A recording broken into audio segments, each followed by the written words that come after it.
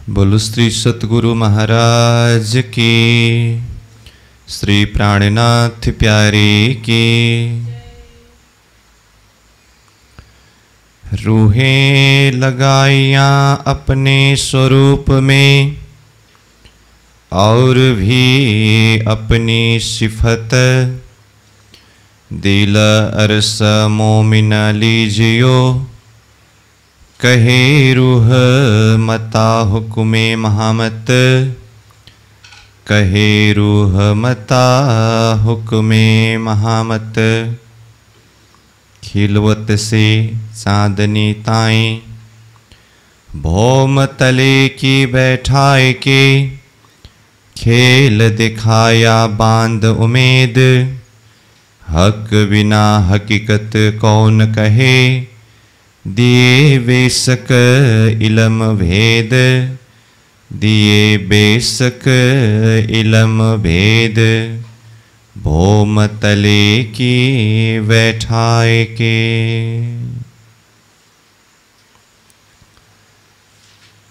अक्षरातीत पूर्ण ब्रह्म परमात्मा धामधनी श्री राज्य की असीम अनुकंपा के द्वारा तारतम सागर दिव्य वाणी अंतर्गत परिक्रमा ग्रंथ के ऊपर हम चिंतन करते आ रहे हैं। तो अब तक यह परिक्रमा ग्रंथ का 18वें प्रकरण तक चिंतन किया, श्रवण किया। अब अभी के इस बैठक में 19वें प्रकरण को हम प्रारंभ करने जा रहे हैं। तो यह प्रकरण में महामती प्राणनाथ जी पुनः रंगमहल के प्रथम भौम से 10वीं चांदनी तक की शोभा को सार रूप से चिंतन करा रहे हैं, दर्शन करा रहे हैं। तो चौपाई को हम प्रारंभ करें, फिर चौपाई के साथ साथ में जिस जिस शोभा को जिस तरह से वर्णन किया है उसी हिसाब से श्रवण के द्वारा चिंतन करते जाएंगे। भौम तले की बैठाए के, खेल दिखाया बांध उमेद, हक बिना हकीकत कौन कहे, दिए बेशक इलम भेद। जैसे कि पहले ही कहा, यह प्रकरण में रंगमहल जो 9 भौम 10वीं चांदनी अथवा आकाशिका है, उस शोभा का वर्णन है। तो चौपाई प्रारंभ किया रंगमहल की प्रथम भौम से। अब प्रथम भौम की शोभा ये तो पूर्व प्रसंग में भी वर्णन होके चिंतन होके आया है, और विशेष चर्चनी के माध्यम से इसको विस्तृत रूप से हम अध्ययन श्रवण चिंतन करके आए हैं। महामती प्राणनाथ जी सार रूप से उस शोभा को यहाँ चिंतन करा रहे हैं। तो प्रथम भौम में जहाँ मूल मिलावा की बैठक है, उस मूल मिलावा की बैठक को चिंतन करा रहे हैं।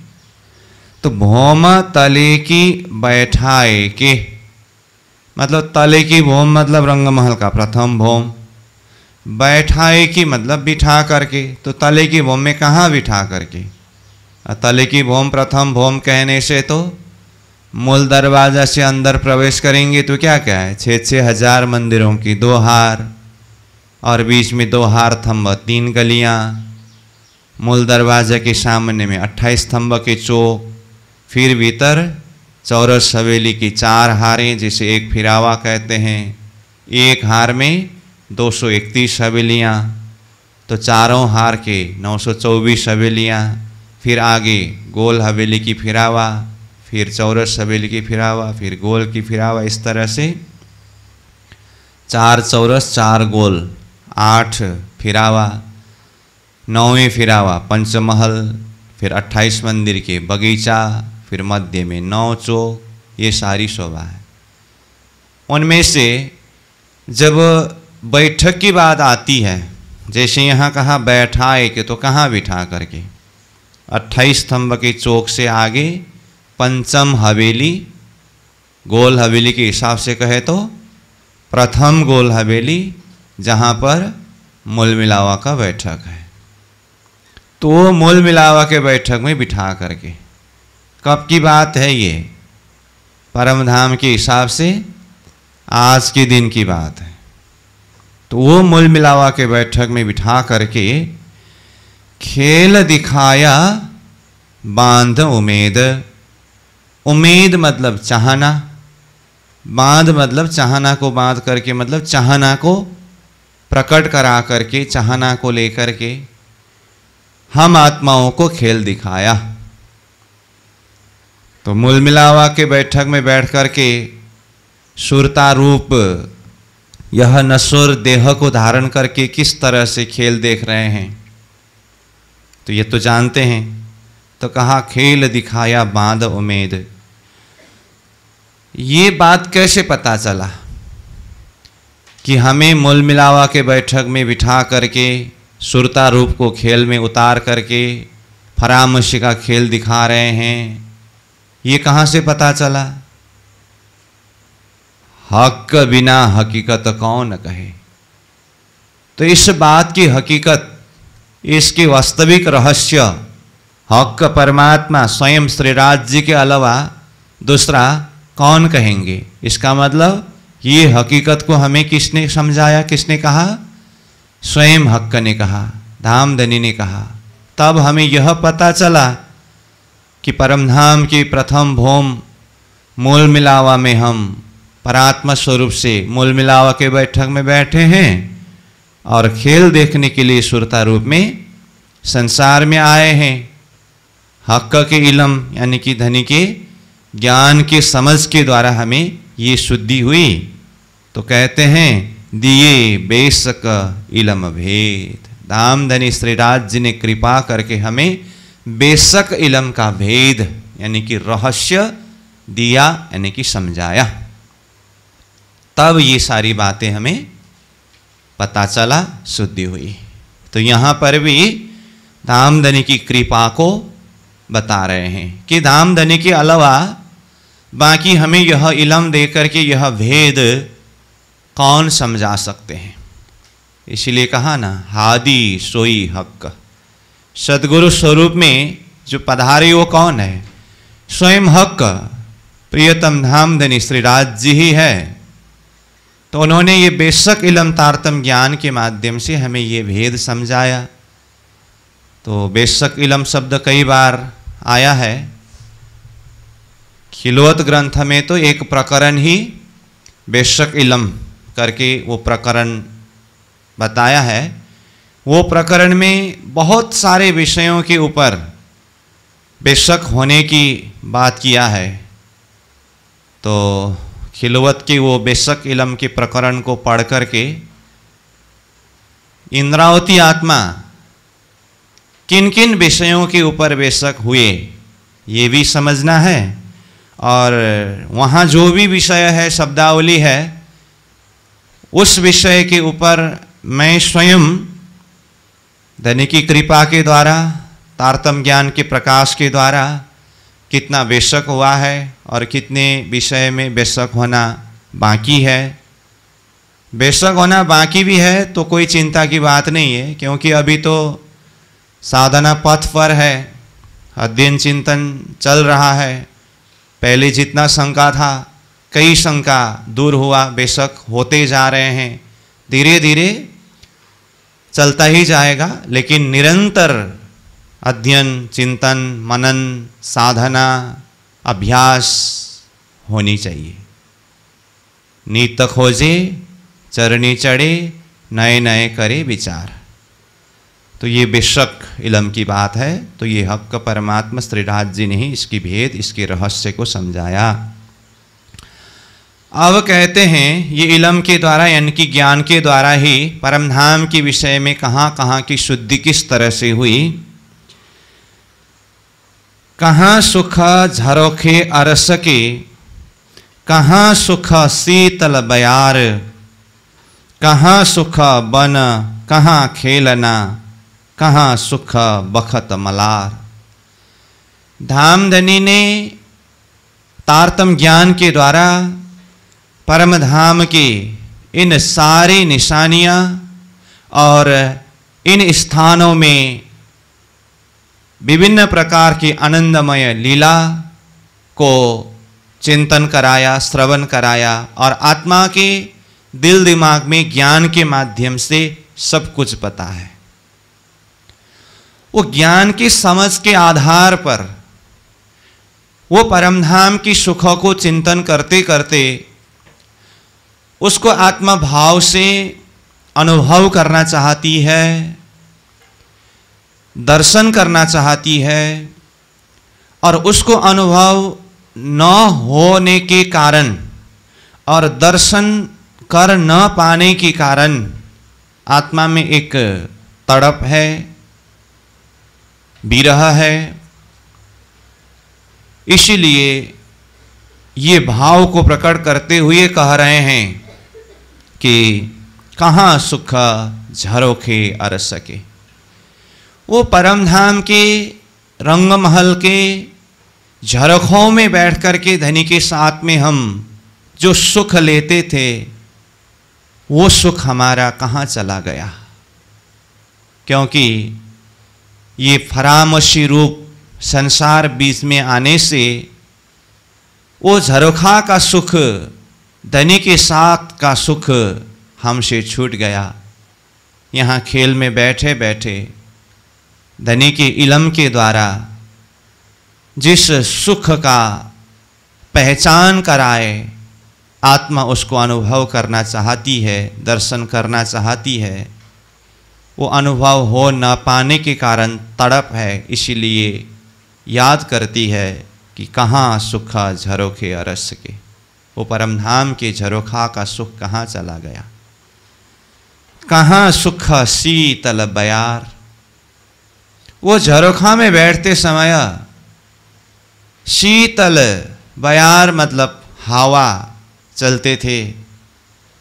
वो शीतल शीतल हवा आकर के हमें स्पर्श करते थे, शीतलता का सुख प्रदान करते थे और साथ में वो शीतल हवा में परमधाम की सुगंध महक,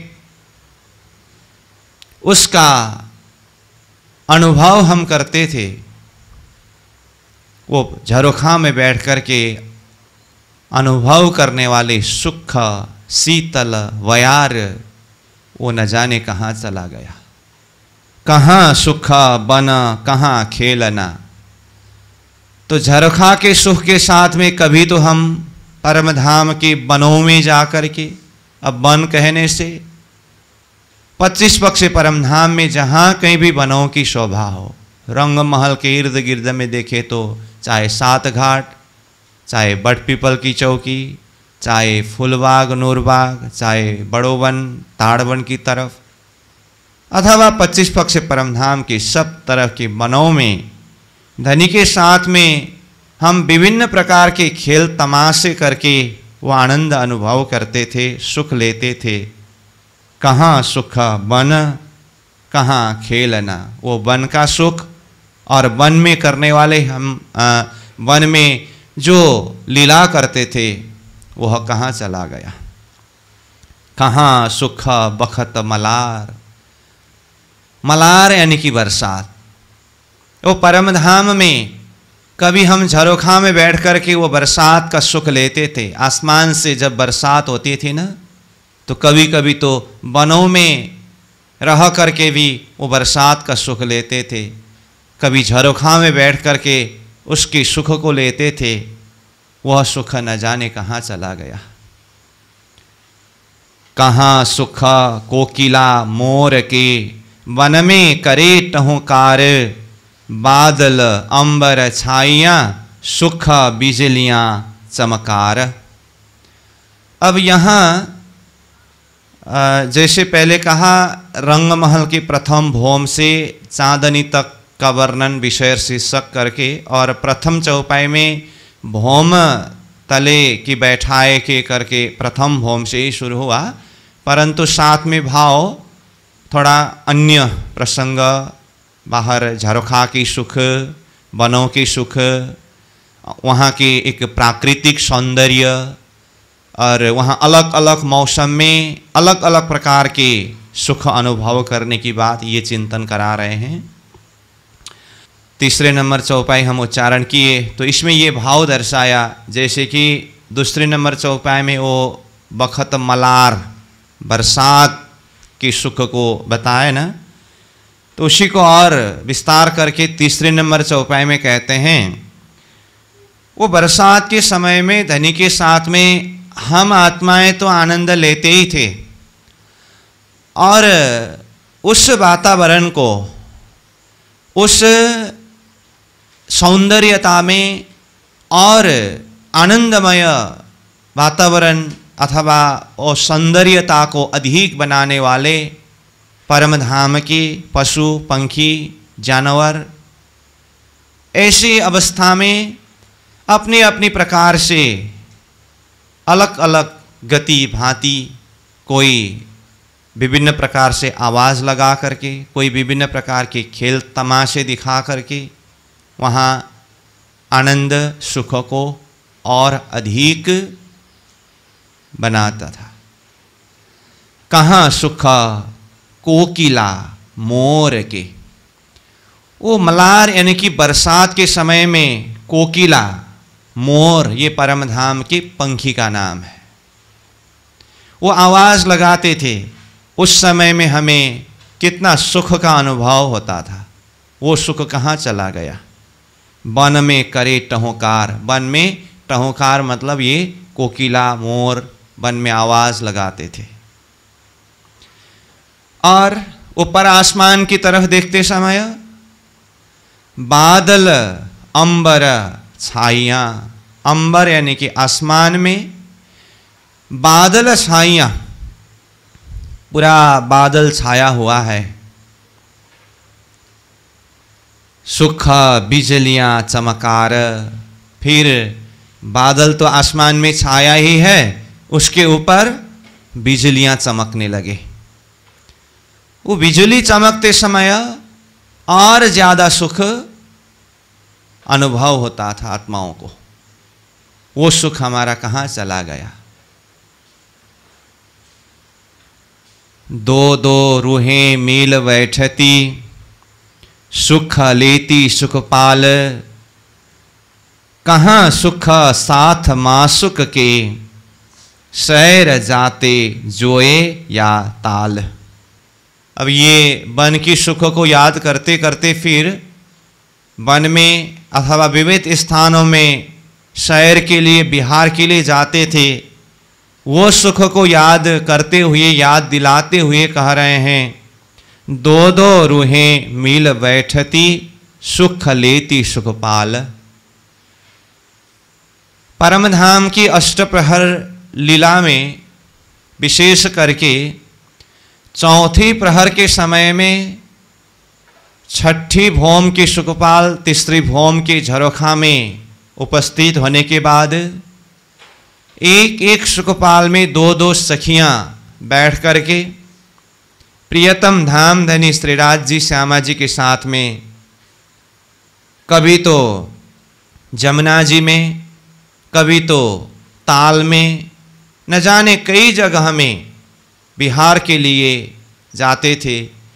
उस सुखों को याद दिलाते हुए कह रहे हैं, दो दो रूहें मिल बैठती, दो दो सखियां मिल करके बैठते हुए सुख लेती सुखपाल, सुखपाल में हम सुख लेते थे। कहाँ सुख साथ मासुक के, मासुक प्रियतम धाम धनी श्रीराज जी और साथ हम अंगनाओं के, वो सुख कहाँ गया। शहर जाते जोए या ताल। शहर यानी कि बिहार के लिए कभी तो हम जोए जमुना जी में, या ताल हाउज कौशर ताल में, अथवा कभी तो पुखराजी ताल में जाकर के सुख लेते थे। वह हमारा सुख कहाँ चला गया? ये सुख हमारे कहाँ गए? कहाँ जाए करूं पुकार, तुम कोई ना दिखाए तुम बिना, अजो क्यों न करो विचार। ये सुख हमारे कहाँ गए? ये परम धाम का जितने भी सुख है वो कहाँ चला गया? ये कहाँ से पुकार हो रही है? आत्मा खेल में है। धनी से धाम के सुख से अलग हुए हैं। धनी के इलम के द्वारा हृदय व्यसक है, सब समझ में आया है, परंतु प्रत्यक्ष रूप में वो सुख का अनुभव कर नहीं पाया है। इसलिए उस सुख को याद करते हुए, चिंतन करते हुए, पुकार करते हुए ये भाव को यहाँ पर प्रस्तुत किया गया है। ये सुख हमारे कहाँ गए? कहाँ जाए करूं पुकार। अब ये सुख प्राप्ति के लिए धनी के अलावा बाकी कहाँ जाकर के पुकार करूं? कहाँ है हमारा जगह जहां जाकर के हम पुकार करें? क्यों दूसरी जगह क्यों नहीं दिखाई दे रहा है? दुनिया के लोगों के लिए तो पुकार करने के लिए कई जगह है, परंतु ये आत्मा ये क्यों कह रही है कि कहाँ जाकर के पुकार करूं? उसका कारण ये है, तीसरे चरण में कहते हैं, तुम कोई ना दिखाया तुम बिना। हम दूसरी जगह में जाकर के, अन्यत्र जगह में जाकर के इसीलिए पुकार नहीं कर सकते हैं, अथवा हमारे लिए पुकार करने की दूसरा जगह हमें कहीं नजर में ही नहीं आता है। कारण क्या है? तुम आपने ही अपना इलम के द्वारा, ज्ञान के द्वारा, तुम बिना, आपके अलावा बाकी कोई न दिखाया, दूसरा कुछ भी नहीं दिखाया।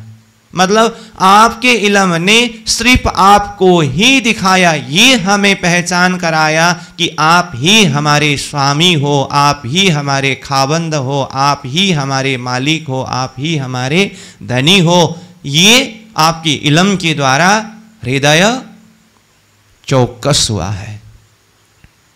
आपने अगर आपके अलावा दूसरा और भी जगह कहीं दिखाए होते तो हो सकता वहां भी जाके पुकार कर लेते, परंतु आपने ऐसा नहीं किया। इल्म के द्वारा एक आप में ही चित्त वृत्ति को, अपने लक्ष्य को इतना दृढ़ कराया कि बाकी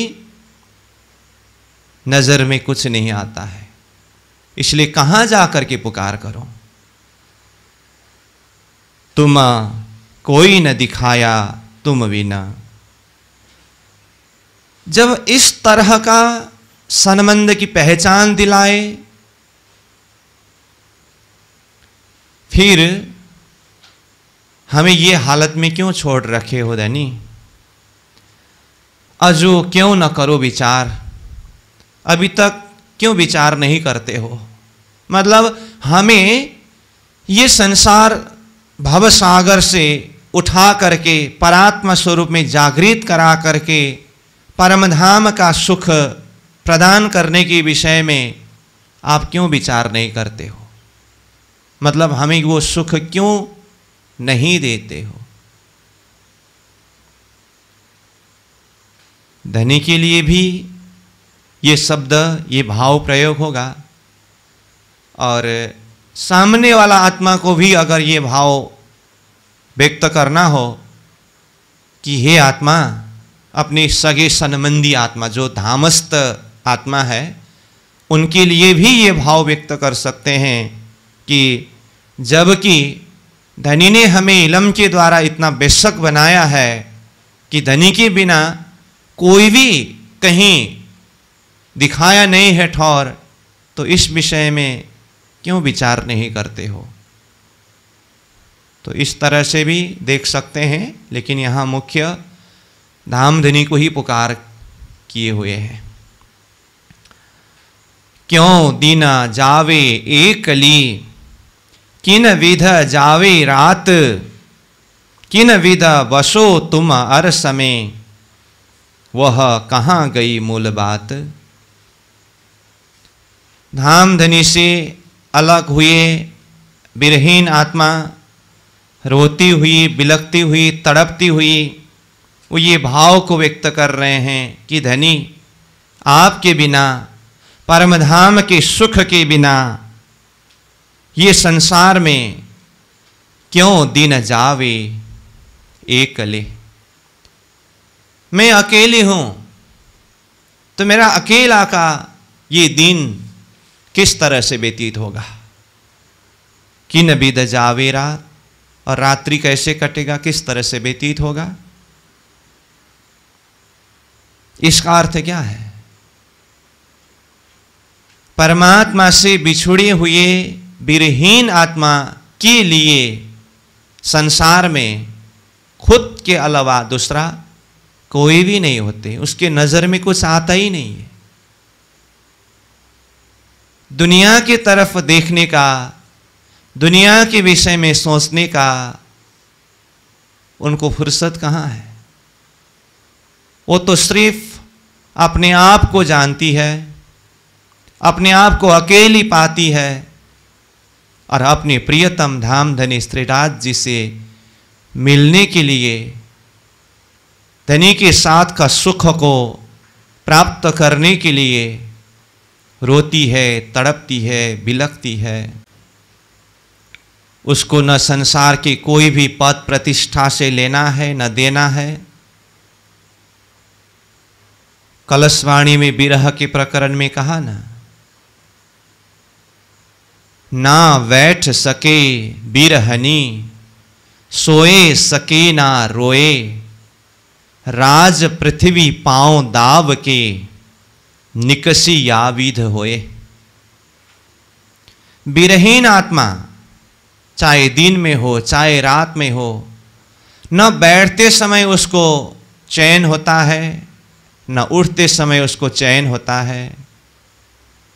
बैठ भी नहीं सकती है, उठ भी नहीं सकती है, न तो सो सकती है, न तो रो सकती है। मतलब किसी भी अवस्था में उसको चैन नहीं मिलती, बिलखती रहती है, तड़पती रहती है। और ऐसी आत्मा को संसार के विषय की बात अगर करें तो साधारण सुख की तो बात ही छोड़ दीजिए, राज पृथ्वी के राजा अगर बना दे तो भी पांव दाब के, उसको भी अपने चरण तले, पांव के तले दाब करके, मतलब उसको भी अस्तित्वहीन समझ करके, निकसी याविद होए, अपनी प्रियतम धनी से मिलने के लिए वहां से छलांग मारते हुए दौड़ लगाती है, निकलती है। तो ये एक विरहीन आत्मा की स्थिति है।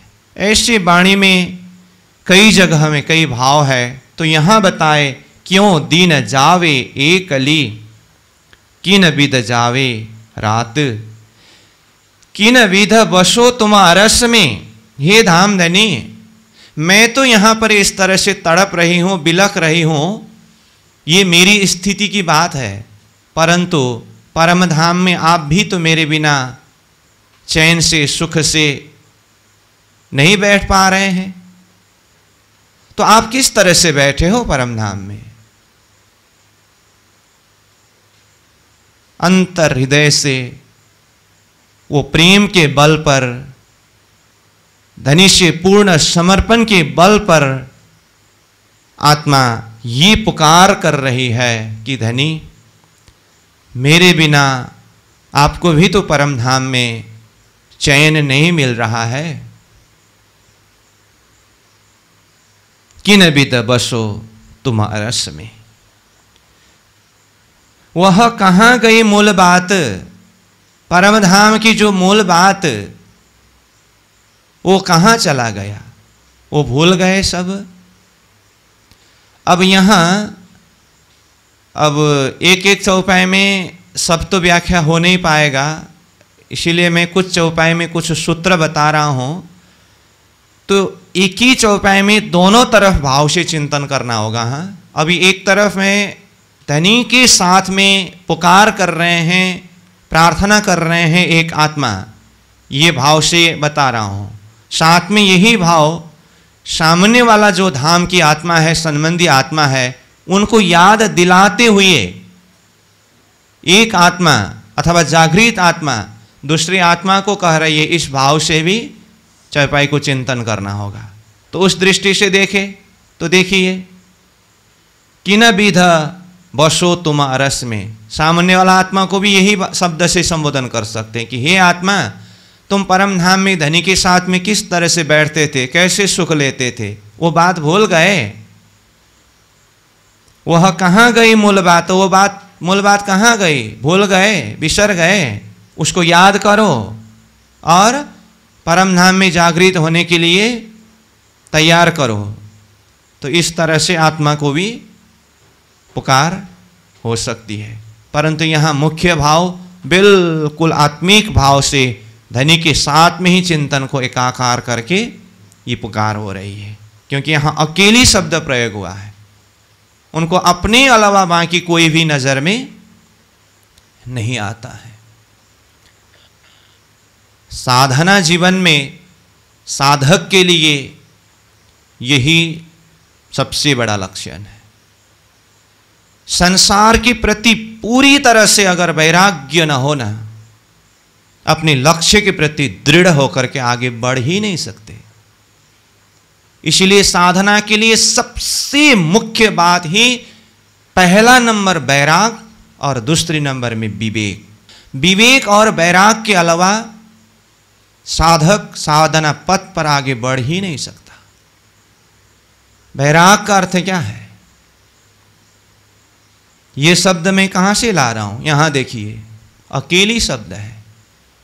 उनको अपने अलावा दायां बायां कहीं देखने का, सुनने का, सोचने का कोई फुर्सत नहीं है। सब तरफ से दिल दिमाग को ऊपर उठा चुका है।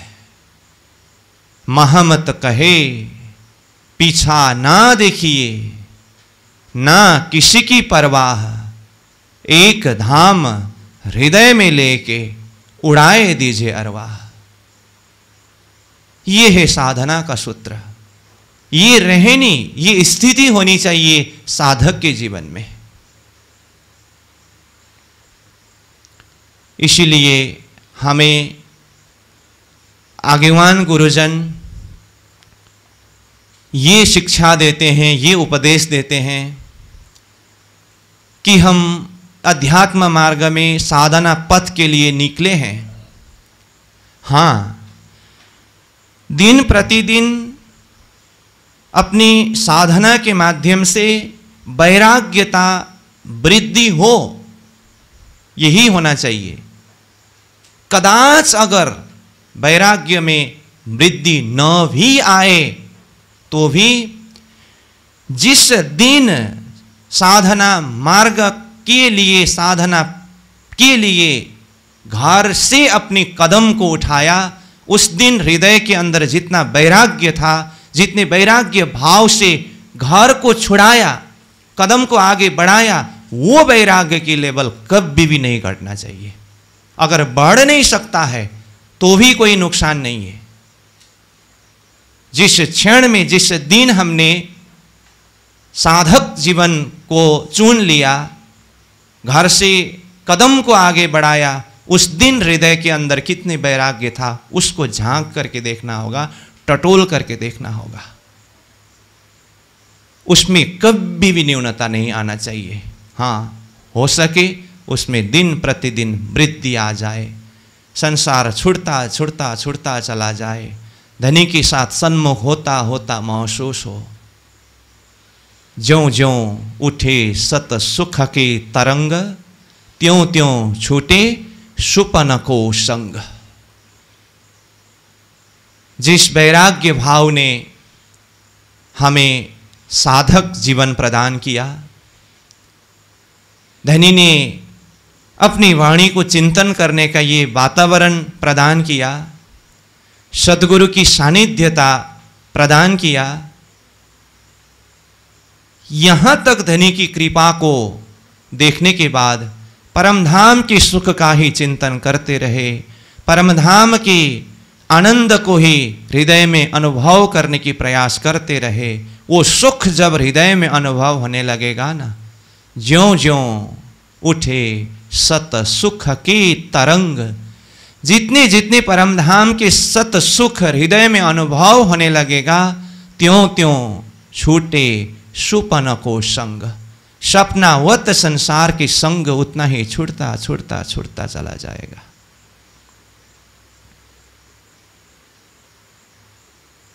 साधना पथ पर चलने के बाद भी कदाच हम जीवन के पूर्व मित्रों से मिलते समय, पूर्व संबंधी लोगों से मिलते समय, पूर्व काल की तरह ही व्यवहार हो हमारा, तो फिर साधक जीवन का परिणाम क्या है? इसका मतलब किसी के प्रति कोई द्वेष भाव नहीं है, न किसी से बैर, न किसी से राग। इसका अर्थ ये भी मैं नहीं बोल रहा हूं कि हम साधना मार्ग में चल रहे हैं, परमात्मा के चिंतन में लगे हुए हैं, कि कदाच कभी पूर्व संबंधी लोगों से, मित्र लोगों से मिले तो फिर उसके प्रति बिल्कुल देखना ही नहीं, बोलना ही नहीं, मुंह फिरा करके उसको एकदम नफरत करके वो बोलने भी लगे तो उसको गाली दे करके चलना। आशय ये भी नहीं, परंतु एक होता है ना आसक्तिपन, ये बिल्कुल नहीं होना चाहिए। ये मार्ग बिल्कुल अलग है। शास्त्रीय शब्द में कहूं तो प्रेय का मार्ग और श्रेय का मार्ग कहते हैं। दुनिया का मार्ग प्रेय का मार्ग है और यह अध्यात्म मार्ग श्रेय का मार्ग है। बीतक में हम इंद्रावती की जीवन दर्शन अध्ययन करके आए हैं, श्रवण करके आए हैं। 1700 से 1703 तक जब वो साधना काल में थे, विशेष साधना, तो उस समय में लालदास जी महाराज ने बीतक में स्पष्ट रूप से लिखा है कि नहीं लिखा, अपने मन की परीक्षा करने के लिए वो बाजार में चले जाते थे और राह में उस तरफ कोई आते हुए देखे तो मुंह फिरा करके दूसरी तरफ के रास्ता लेकर के चलते थे वो। इसका आशय क्या? लोगों से वो नफरत करते थे? ऐसा नहीं है। उनके हृदय के अंदर, उनके मन मस्तिष्क में न किसी के प्रति बैर है, न किसी के प्रति राग है।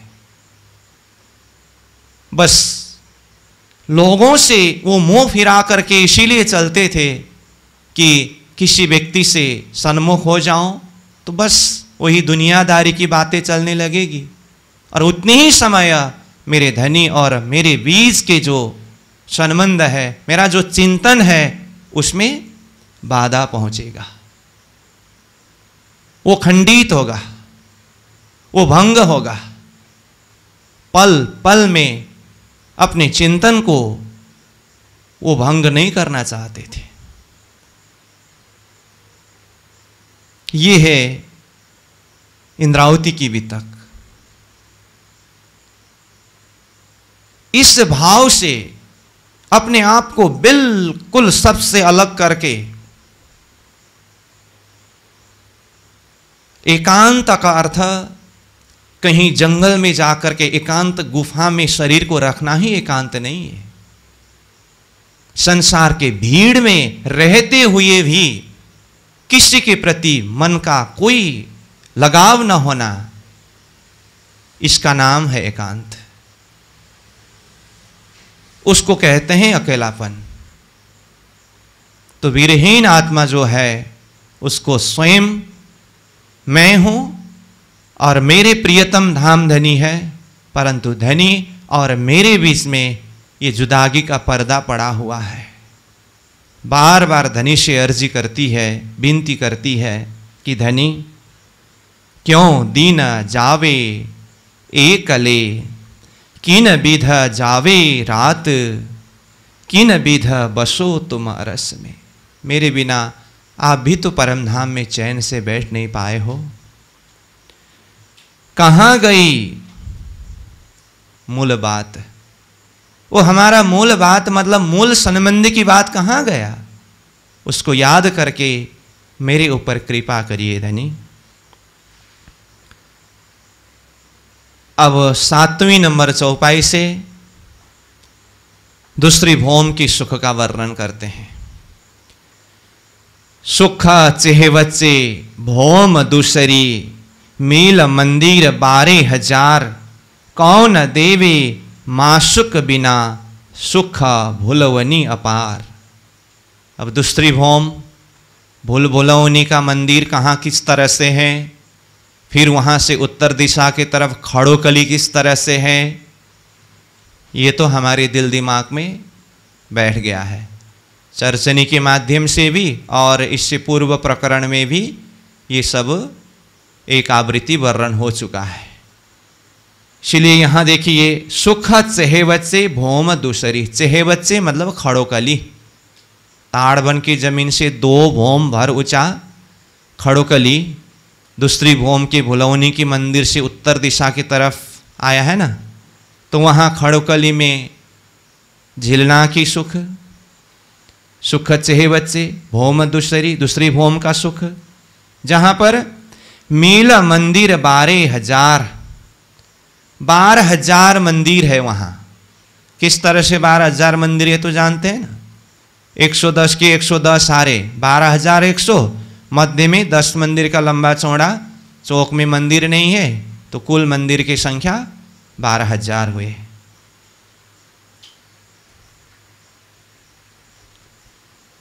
फिर आगे कहते हैं कौन देवे मासुक बिना, वो खड़ोकली का सुख, भुलवनी का सुख, मासुक प्रियतम धाम धनी के अलावा कौन देंगे हमें सुख भुलवनी अपार, भुलवनी का वह अपार सुख प्रियतम धाम धनी मासुक के बिना हमें कौन प्रदान करेंगे। इसीलिए धनी परम धाम में उठाइए और वो भुलवनी का खड़ोकली का सुख प्रदान करिए।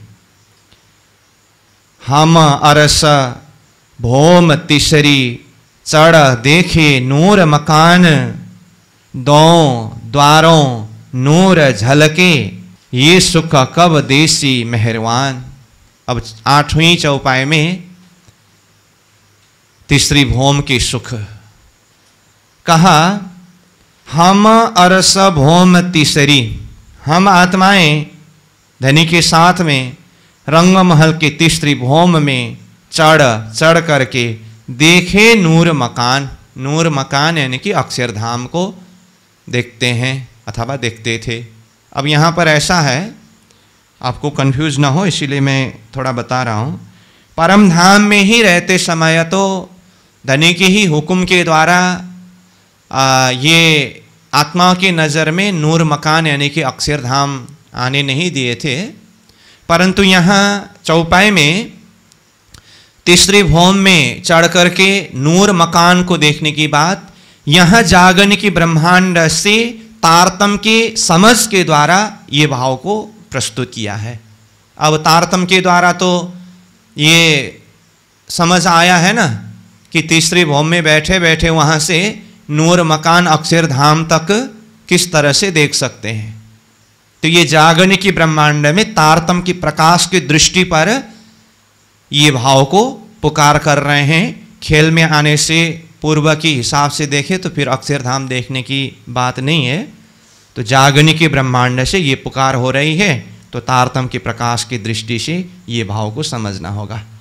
तो हम अरस भौम तीसरी, चढ़ देखे नूर मकान, 2 द्वारों नूर झलके। 2 द्वार कौन कौन से 2 द्वार? रंगमहल का द्वार और अक्षरधाम का, दोनों द्वार नूरमय दरवाजा है, एक आपस में झलक रहा है, प्रकाशित हो रहा है। ये सुख कब देसी मेहरवान, हे मेहरवान कृपावान धामधनी, वो सुख हमें कब प्रदान करोगे।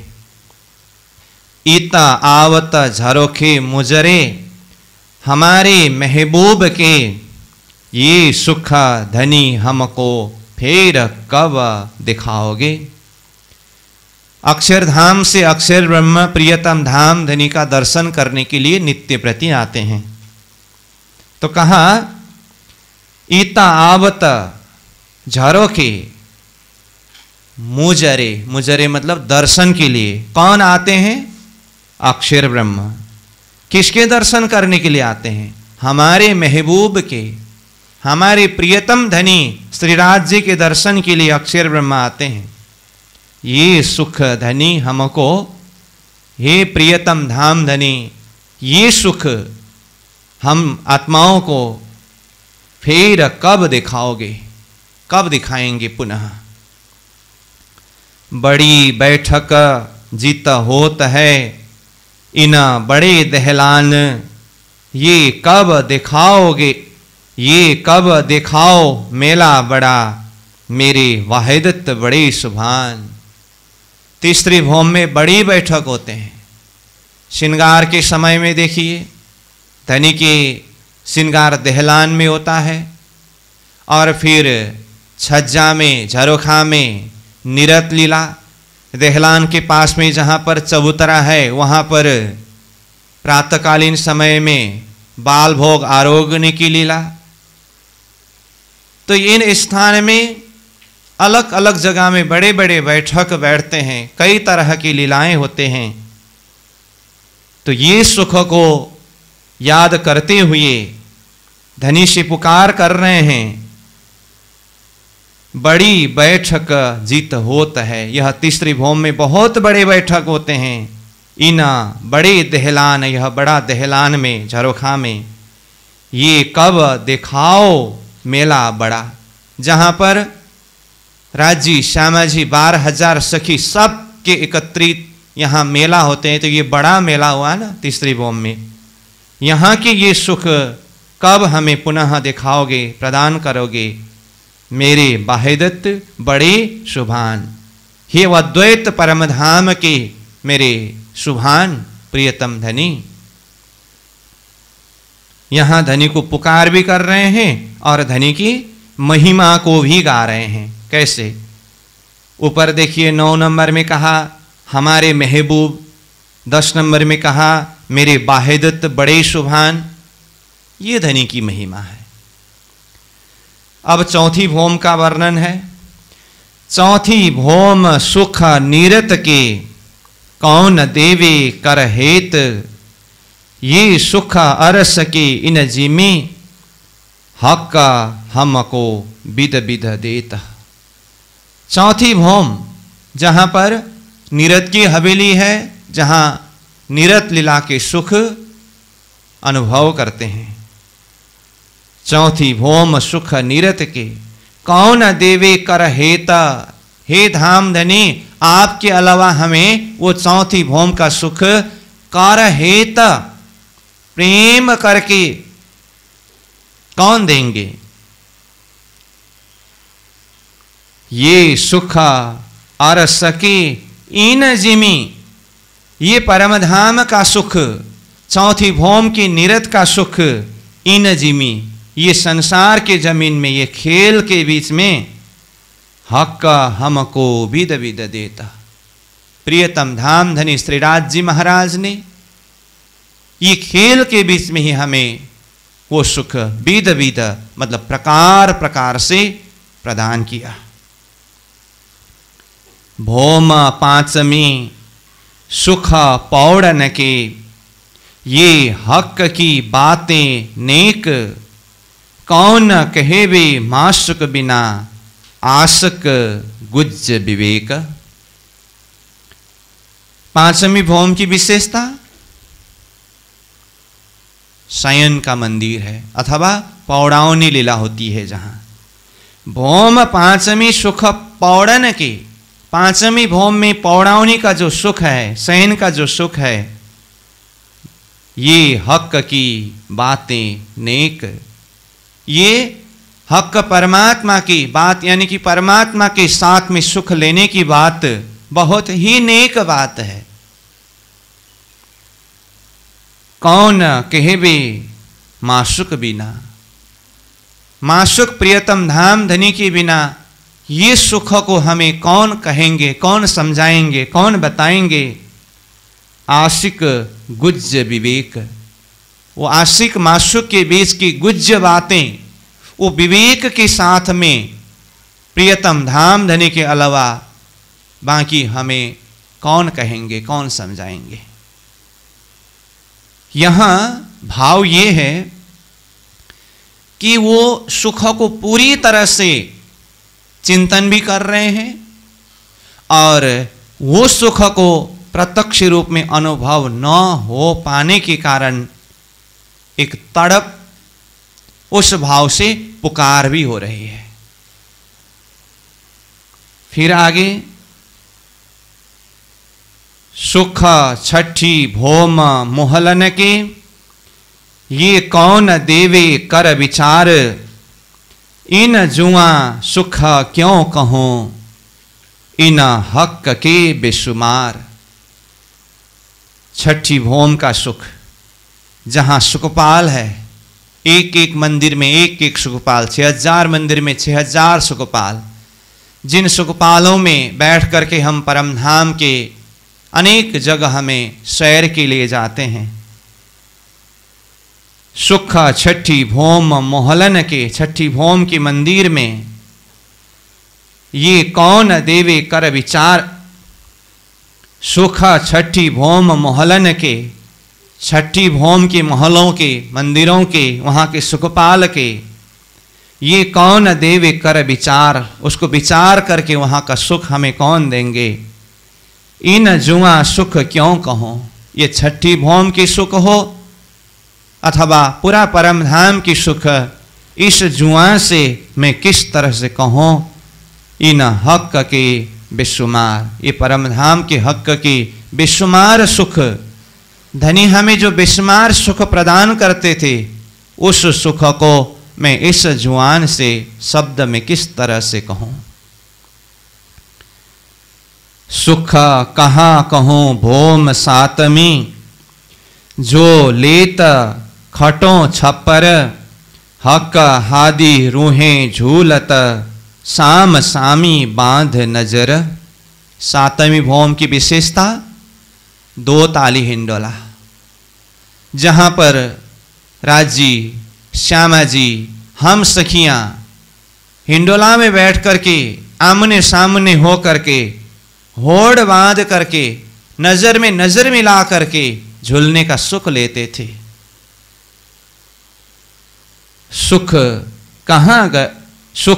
कहाँ कहूँ भौम सातमी, उस सातवीं भौम की सुख को मैं किस तरह से वर्णन करूं। जो लेता खटों छप्पर, जो खट छप्पर हिंडोला में हम सुख लेते थे, उस सुख को मैं किस तरह से वर्णन करूं। हक हादी रूहें झूलत, राजी श्यामा जी और हम सखियां हिंडोला में झूलते थे। साम सामी बांध नजर, आमने सामने में होकर के नजर में नजर मिला करके उस सुख को मैं किस तरह से कहूं। सुख हिंडोले भौम आठमी, हक हादी रूहें हिंचत, ये चारों तरफों के झूलने, हक हमको देत लज्जत। अब 8वीं भौम में 4 ताली हिंडोले हैं, इसलिए उस 4 ताली हिंडोलों के सुख को याद दिलाते हुए, याद करते हुए कह रहे हैं सुख हिंडोले भौम आठमी। 8वीं भौम की हिंडोला के सुख, हक हादी रूहें राजी श्यामा जी 12,000 ब्रह्मप्रिया सखियां हिंचते हैं, झूलते हैं। ये चारों तरफों के झूलने, चारों तरफ झूलते हैं ना, तो इसीलिए 4 ताली पढ़ते हैं। तो ये 8वीं भौम में चारों तरफ झूलने की जो सुख, हक हमको देत लज्जत, ऐसा लज्जत, ऐसे आनंद, ऐसे उमंग धामधनी हमें प्रदान करते थे, वो सुख अब हम कब प्राप्त करेंगे, अथवा उस सुख को मैं किस तरह से वर्णन करूं। नवमी भौम बैठाए के, जो सुख नजरों दूर, ये कौन देवे सुख हक बिना, बुलाए के अपने हजूर। एक एक शब्द शब्द में इतनी भाव भरा हुआ है। नवमी भौम बैठाए के, नवमी भौम के किनार में जहां पर झरोखा है, जो नवमी भौम की विशेषता दूरदर्शी का है, जहां से चारों तरफ दूर दूर बड़ी रांग तक की शोभा को देख सकते हैं, वहां बिठा करके धामधनी हमें जो सुख नजरों दूर, दूर दूर तक की नजरा कराते हैं, दिखाते हैं अपनी अंगुली की निशानी से। ये कौन देवे सुख हक बिना, हक प्रियतम धामधनी श्री राज्य के बिना ये नवमी भौम का सुख हमें कौन प्रदान करेंगे। और धनी हमें कैसे प्रदान करते थे ये सुख? बुलाए के अपने हजूर।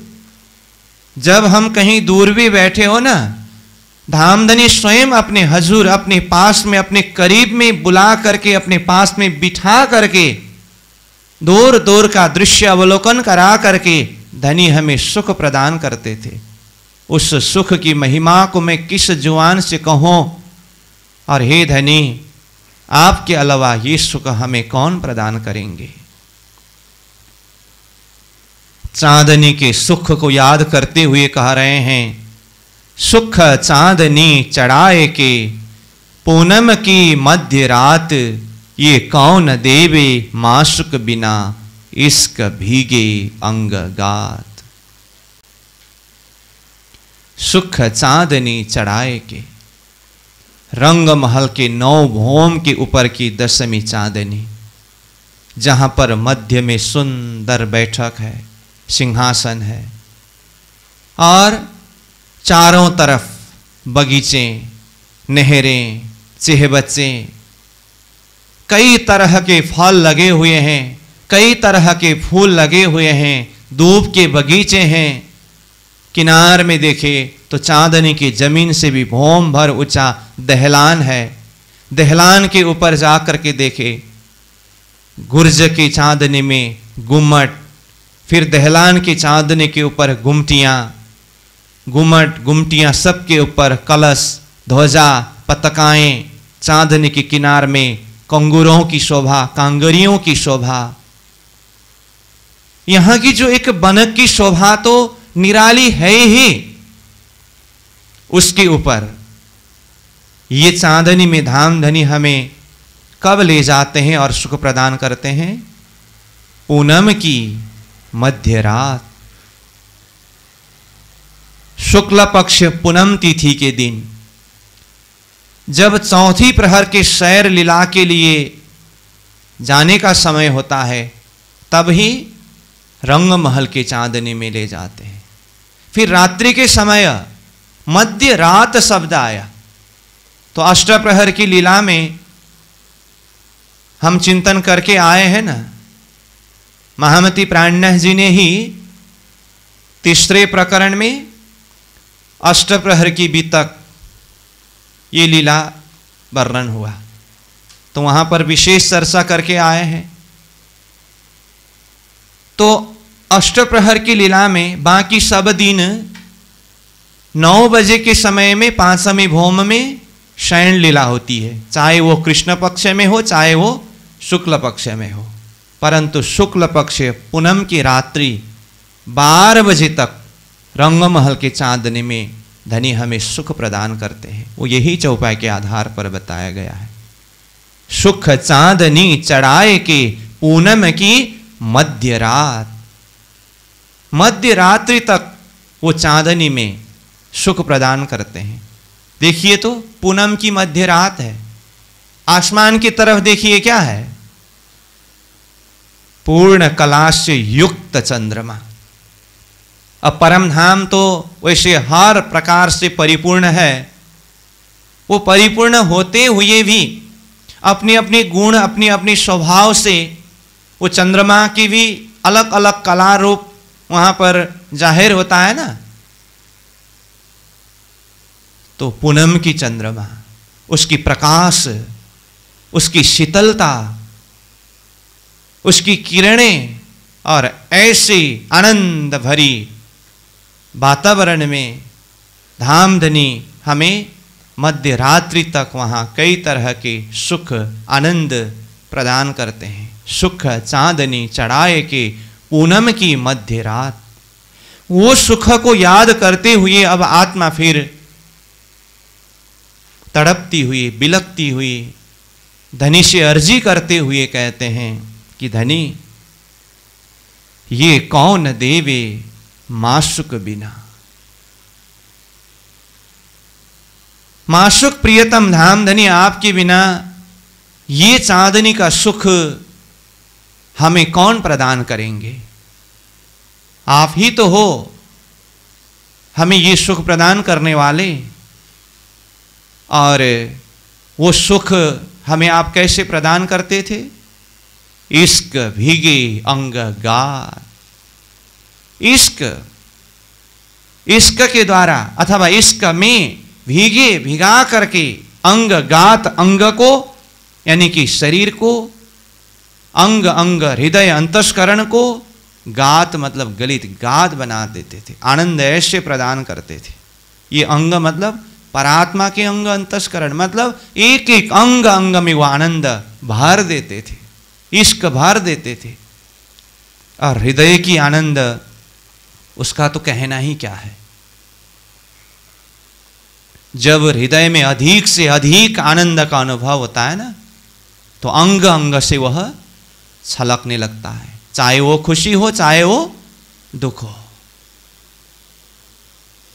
इसलिए धामधनी इश्क में भिगा रहे हैं,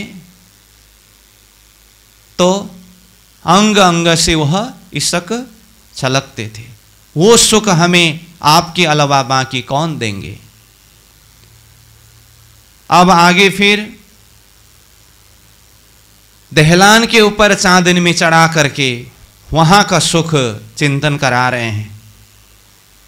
आगे गुमटियों चढ़ाए के नजरों नूर मकान, कौन देवे अंगूरी बताए के बिना महबूब मेहरवान।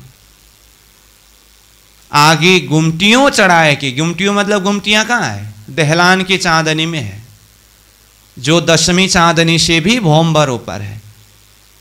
तो दहलान की चांदनी में गुमटियों के आगे चढ़ा करके नजरों नूर मकान, नूर मकान कभी तो अक्षरधाम का, कभी तो चारों तरफ 25 पक्ष के अलग अलग स्थानों के नजरा दिखाते हैं। और कैसे दिखाते हैं, अंगूरी बताए, अंगुली की निशानी से दिखा दिखा करके उसको बताते हैं, समझाते हैं और सुख देते हैं। तो उसको याद करते हुए कहते हैं, कौन देवे अंगुरी बताए के, अंगुली की निशानी से दिखा दिखा करके बता करके ये सुख धनी आपके अलावा हमें कौन देंगे। बिना महबूब मेहरवान, महबूब प्यारे मेहरवान कृपालु धनी के बिना बाकी ये सुख हमें कौन प्रदान करेंगे।